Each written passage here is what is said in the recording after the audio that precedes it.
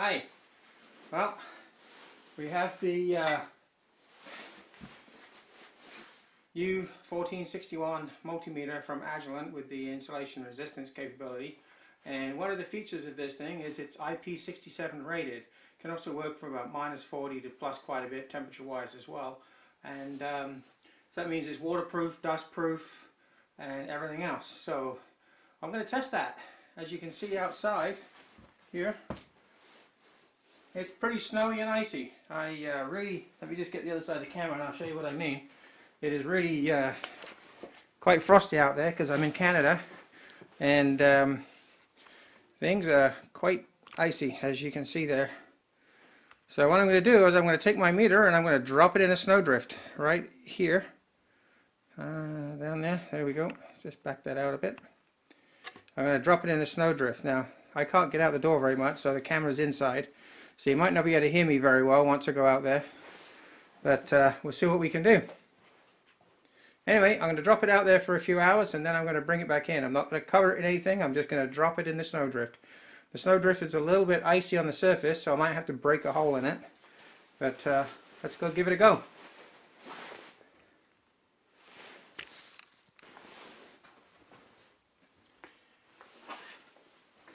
My door's kind of stuck. I can only get it open a certain distance because the snow is packed up so much behind it.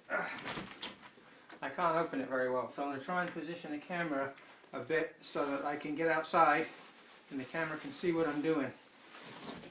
So, excuse me while I rearrange this a little bit.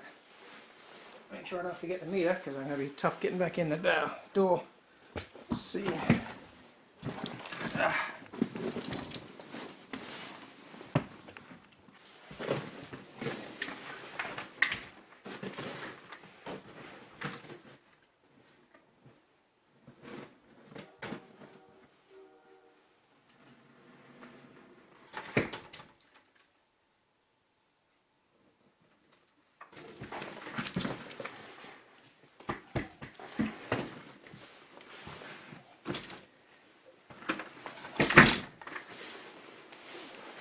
Had to smash it through the surface of the snow there. But I mentioned it's also shockproof. Can take a fall from about 10 feet up quite happily. So anyway, as you can see, I got it buried in the snow there. I didn't worry about how it fell. So let me just try and zoom in a little bit. There she is. I haven't turned it on. So that's come from my basement and I've just dropped it in the snow. It's pretty damn cold outside. So we'll give that a few hours, bring it in, see how she performs. Just went outside again. Figured I would turn the meter on and put it on temperature just to see if we can see what it's reading.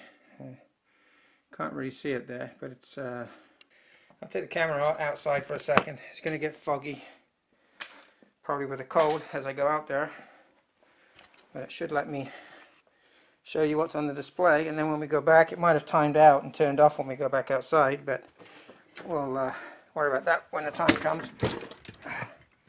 Don't know if we can read that. I'll have to see when we get in. Right now it's saying about 16 degrees and it's slowly dropping.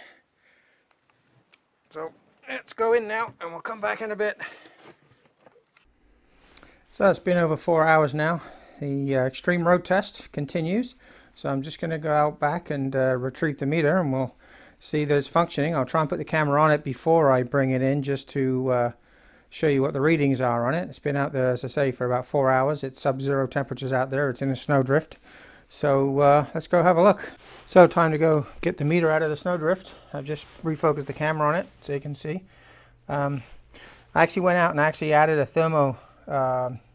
K-type thermocouple to it so it could actually measure the snow temperature as well. Currently it's reading minus 4.2 degrees centigrade snow temperature, so I'm just going to go out and grab it and bring it in. And we'll see what else it shows.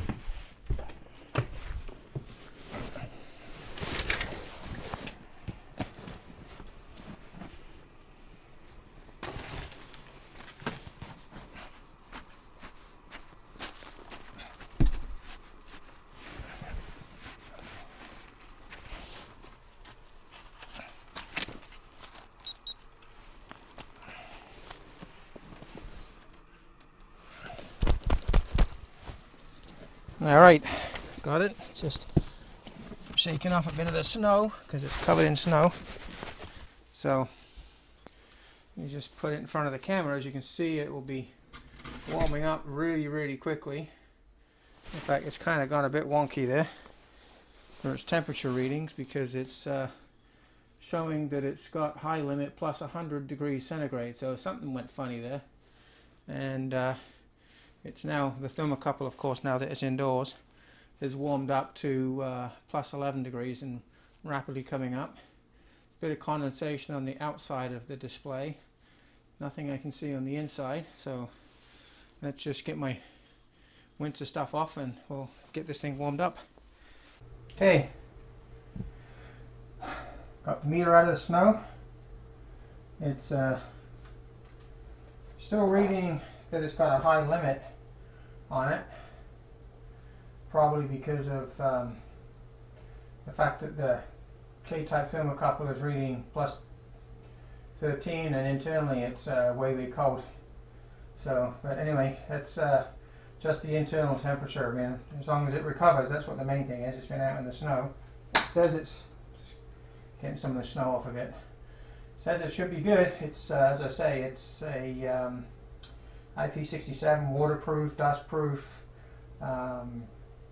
Works from -40 to +50 or something like that. We'll check the specs a little bit later. Anyway, yeah, so far so good. Just take this out. We need to probably need to warm this thing up a little bit now. So it doesn't like the fact that it's been in the cold too much. Don't blame it. So we're going to give it a bit further with the extreme test and warm it up. So it says it's waterproof. Let's find out. It's in the bucket. It floats, by the way, which is good news. So what I've done is I've put the meter into a bucket of water now because it is IP67 rated. It's supposed to be able to go into water up to a meter deep. Let me just get the handle of my tripod out the way. There we go. So I've got it in a bucket of water here right now. It's actually warm water, not cold. I'll tip it upside down so that I can find something to weight it down with.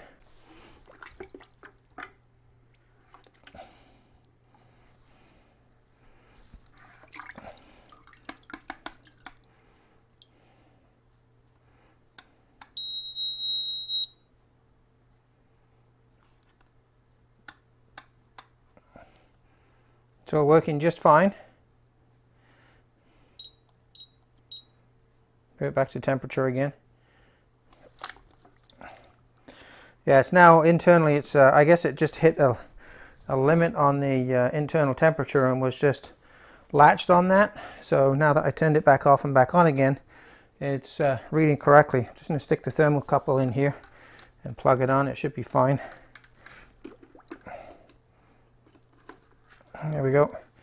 So the water's at 30 degrees C, so I've gone from -4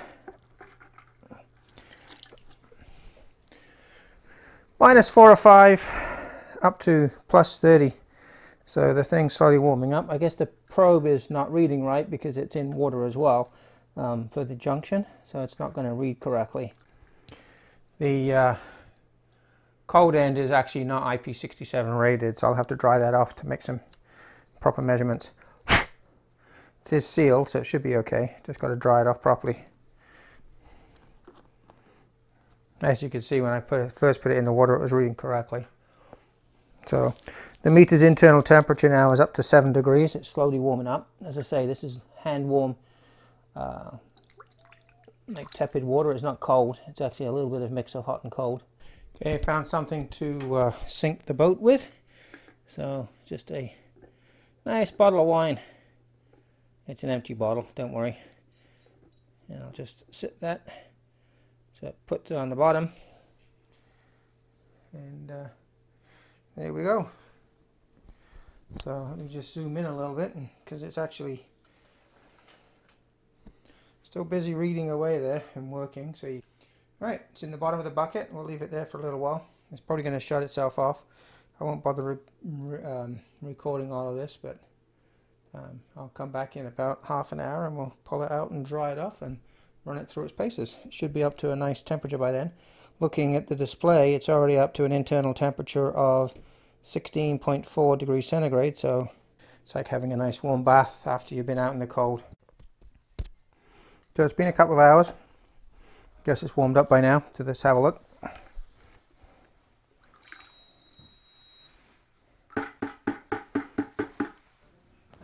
Yep, sitting at a nice 28.3 degrees. The water's cooled off a bit.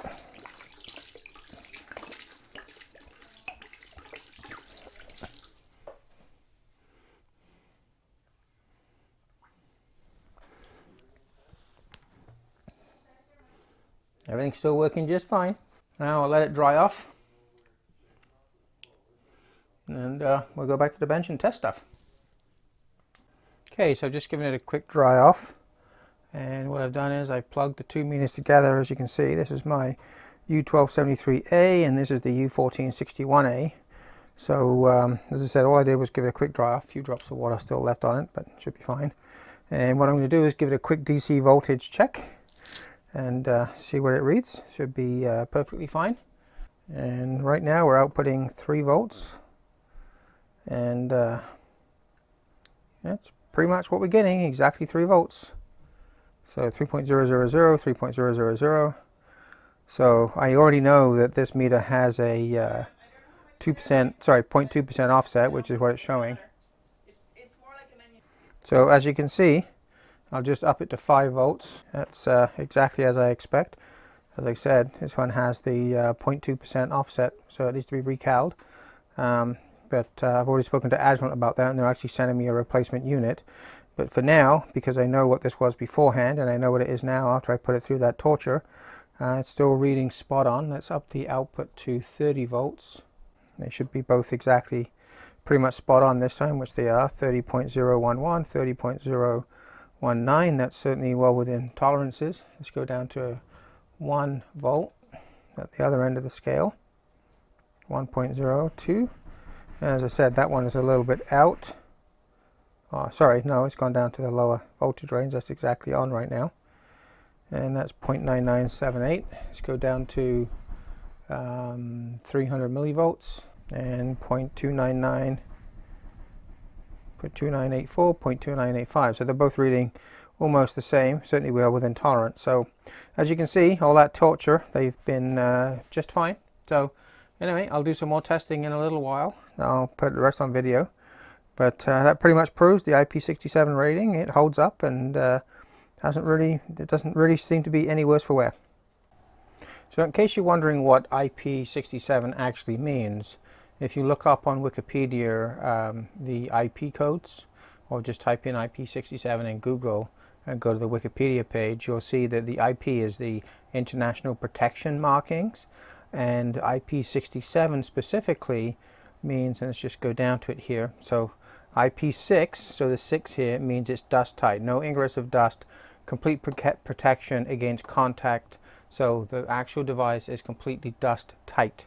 And the 7, which is the second digit, means that it is waterproof. Everything below 7 is included, so it's spraying of water, splashing of water, water jets projected by a 6.3 millimeter nozzle, dripping water from pretty much any angle, powerful water jets, which would be IP66, well, the second digit being a 6, water jet projected in powerful jets against the enclosure from any direction, so it'll have no harmful effects. And the 7, IP6K and then IP7, IP7 means it will survive immersion in water up to 1 meter deep. Ingress of water in harmful quantity shall not be possible when the enclosure is immersed in water under defined conditions of pressure and time up to 1 meter of submersion. And the time duration is 30 minutes. Now, I didn't have it a meter deep, but I left it for probably 2 hours in the tub by the time I got back to pulling it out. And that was sunk to the bottom of the bucket. So it was probably at least half a meter deep, I think. Yeah, probably about half a meter deep, but it was there for over, probably close to 2 hours. So I think from those 2 ratings, well, I haven't tried ingress of dust, but of course if it's going to be waterproof, it's going to be dustproof too. it pretty meets up to that. Now the other ratings for this meter, we'll just go and have a look right now.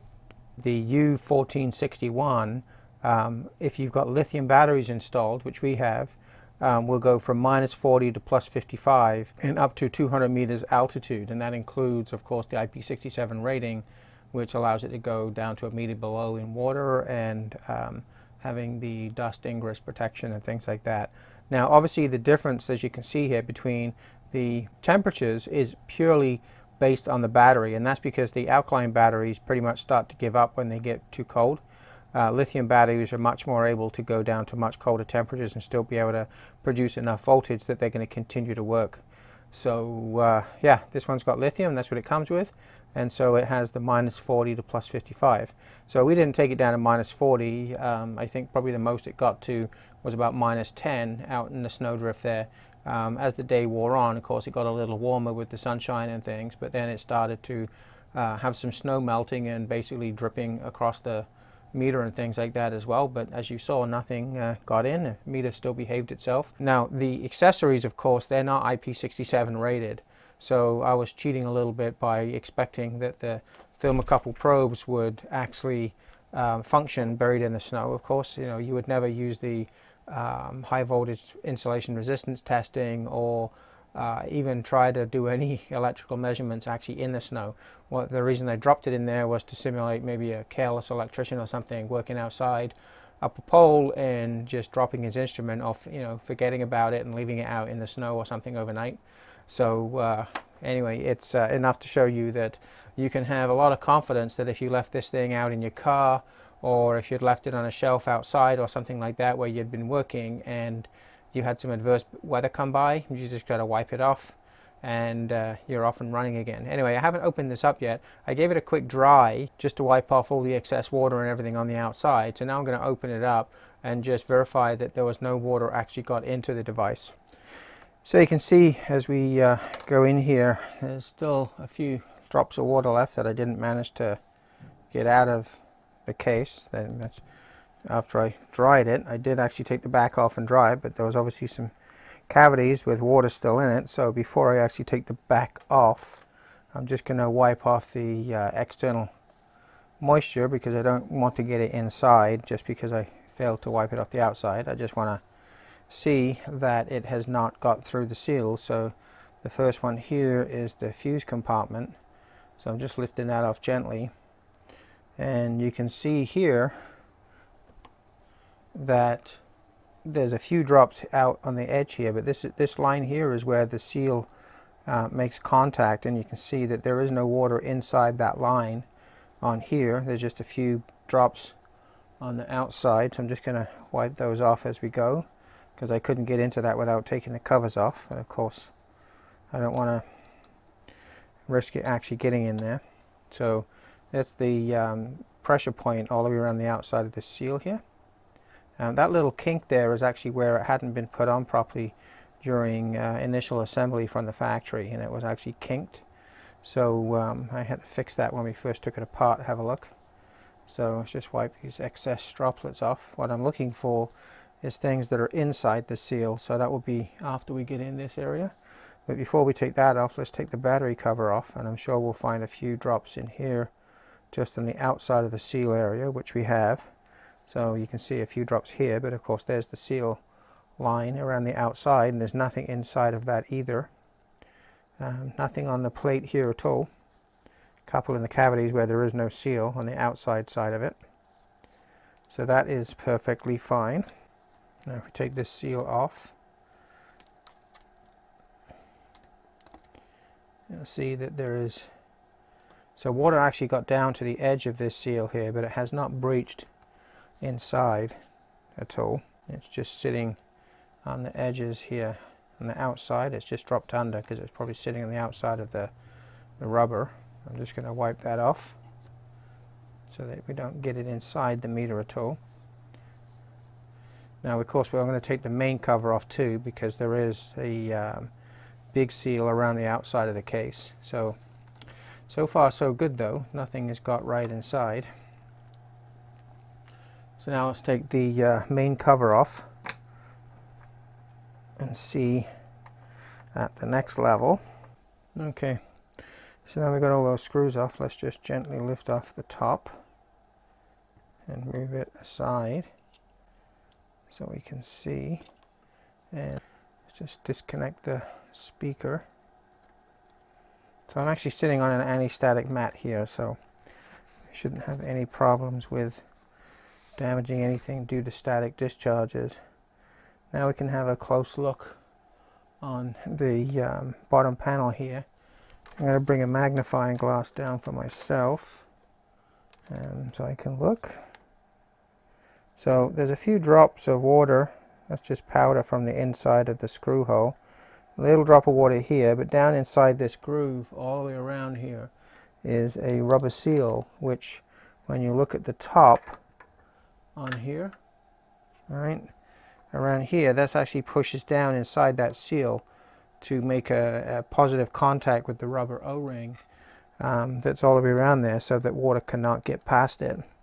So as I lifted this off, obviously there was a few drops of water still sitting against the O-ring, but nothing has gotten past. There's no signs of any water whatsoever on here. So we're just going to go around, just going to wipe the little drops up that are sitting there. It's inevitable they'll be sitting on the outside of the seal, of course. And there we are, back to the main board. I think that is safe to say that we've had absolutely no water ingress whatsoever. Now, how are they actually managing to achieve this when we've got these, you've got your main connector here, you've got your all these connections that are going through into the board. They all have to be sealed somehow. So let's just have a little bit of a look a little deeper so that we can see. Sorry, I didn't realize that was a camera there. So you have all these holes here that where you push in your connectors, your banana plugs and things for your probes. They obviously connect right through to the board inside, and you've got a rotating dial here, and you've got your LCD display, which probably is, that panel on the front is probably bonded in so that it can't have any water ingress. But you've got all these buttons too, which should be preventing water from getting in behind them to meet the IP67 rating. So let's take the board out and have a look a little closer for that. Okay, so I've got all the screws out. I haven't pulled the board out yet, but you know, the two areas that we had concern, of course, well, a few areas. One was the display that's going to be sitting behind here.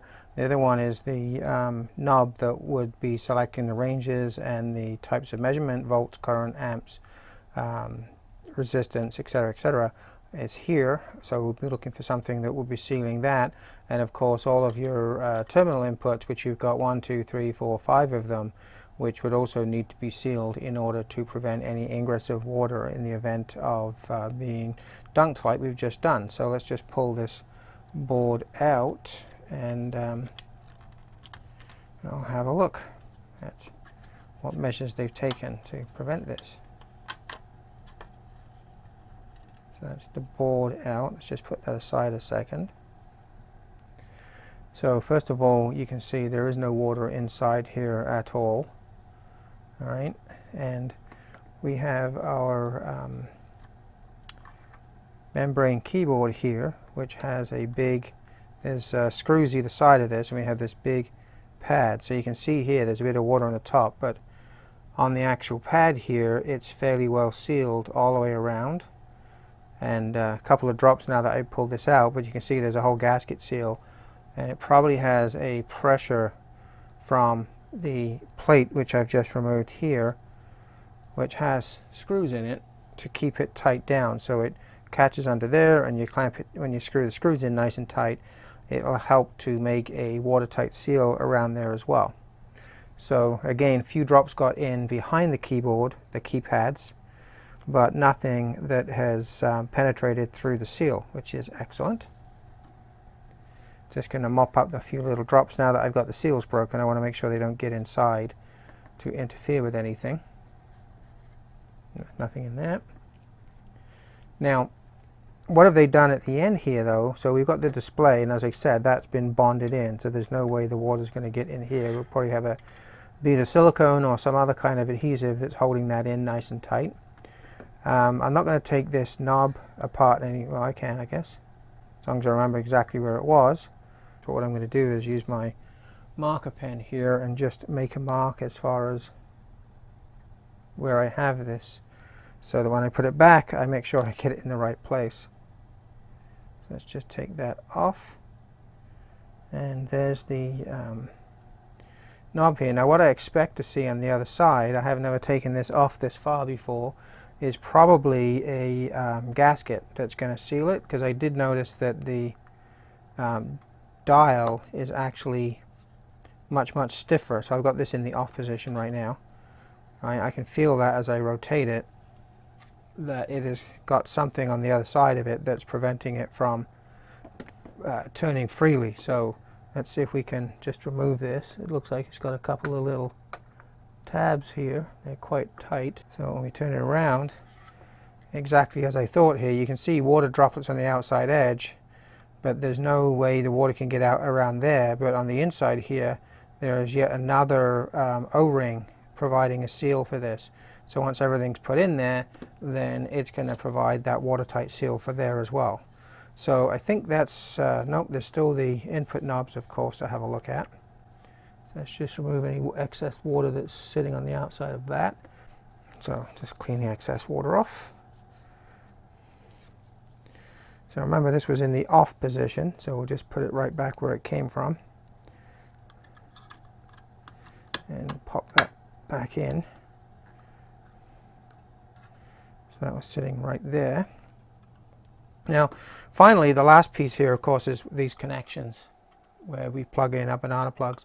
And you can see one of the things that is different here now, when I go a little bit later, I'll rip apart one of my U1273 or the 1272 and show you the difference. But the metal inserts here, they're all bonded in to the, they're effectively molded as part of the plastic moldings. So these screws, they don't come out, they're actually part of the molding. All right, so that when everything went together, there's no way that the water's going to get through there, because they're actually glued in, or they've been put in as part of the molding. As you know, when they injection mold the lid, maybe they put the screws through with the terminals. More likely, they probably push them in afterwards with some adhesive and things to prevent any water ingress being able to get through those connections. But either way, these don't come out. They're just nuts and bolts and things, and clips to hold everything in place. So there's no way that the water can get through there. And I think that's pretty much everything. So that's probably about the furthest of taking this thing apart so far. There is nothing else to take apart. I will take some high resolution pictures of the board though before I put it back in again, so that you can see what there is on it. Maybe we can identify a few parts, because I still haven't figured out where the high voltage is generated from. Anyway, that's pretty much it for the IP67 stuff. I'm just going to put this back together, and as I say, I'll take some pictures, but once we've done that, then we'll get on with some more of the testing of it.